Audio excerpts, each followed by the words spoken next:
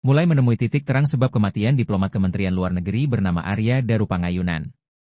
Proses autopsi yang ditangani tim forensik dari Rumah Sakit Cipto Mangunkusumo mulai rampung.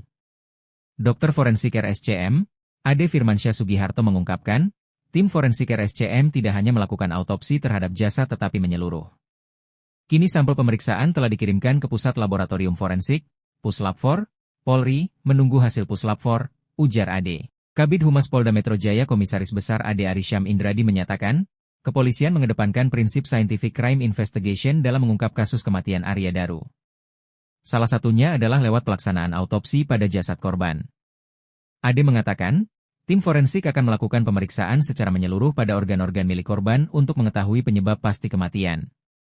Dilakukan pemeriksaan secara laboratoris organ-organ dalamnya dan patologinya, kata Ade dikutip tanggal 15 Juli 2025. Kriminolog Universitas Indonesia, Hanifah Hasna, menyatakan bahwa dari sudut pandang ilmu kriminologi, kematian Arya dikategorikan sebagai unnatural suicide atau bunuh diri tidak wajar.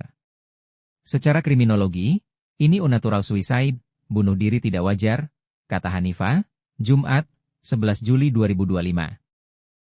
Maka itu arah lilitan lakban dan juga rentang waktu antara kematian Arya Daru dan penjaga kos mandar-mandir serta telepon sang istri juga disorot. Meski demikian, ia menegaskan bahwa secara statistik, sangat sulit seseorang melakukan tindakan bunuh diri dengan cara seperti itu secara mandiri dan sempurna. Oleh karena itu, kesimpulan akhir tetap harus menunggu hasil autopsi forensik dan investigasi digital.